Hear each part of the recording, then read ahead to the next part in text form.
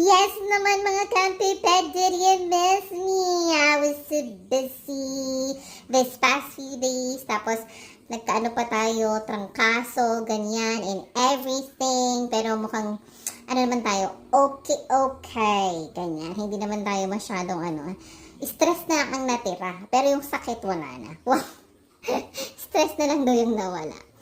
Luckily, hindi naman umulan, and 5:45 na. Kaya, i-prepare ko na itong lulutuin ko. Chicken, banana. Hindi, chicken adobo talaga.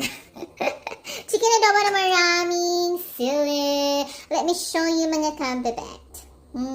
At samahan niyo ako na magluto ng adobong chicken. Yan. Cheers. So, alam niyo, binabad muna natin itong chicken na ito for at least 3 hours. At ngayon, ready na nga natin siyang lutuin. Ang chicken adobo natin ay haluan ko lang naman ng sandamakmak na green na sili. Yan. Tapos, na-prepare ko na rin yung rice na lulutuin natin. Ito ay para sa dinner ko at syempre breakfast ni Panyet. And tingnan nyo naman yung view habang magluluto tayo mga Kampiped. Look! Yan! So, nagsisimula na namang maging foggy ang ating kapaligiran. Pero hindi naman umulan so far.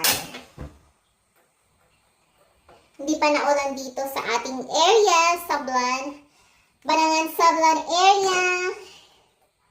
So, habang nagluluto tayo, yan ang tanawin natin. Sobrang nakaka-relax at sobrang nakaka-happy, Kampiped. Yun lang, luto-luto muna tayo.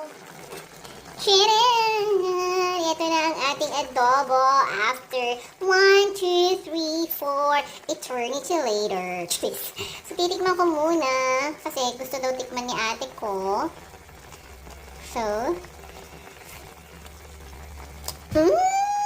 napakasarap! Pero maanghang siya mga Kampiped. Malamang sandamakmak na green na sili yung nilagay natin, diba? Pero hindi naman siya as in super anghang, pero ang sarap. Okay na to.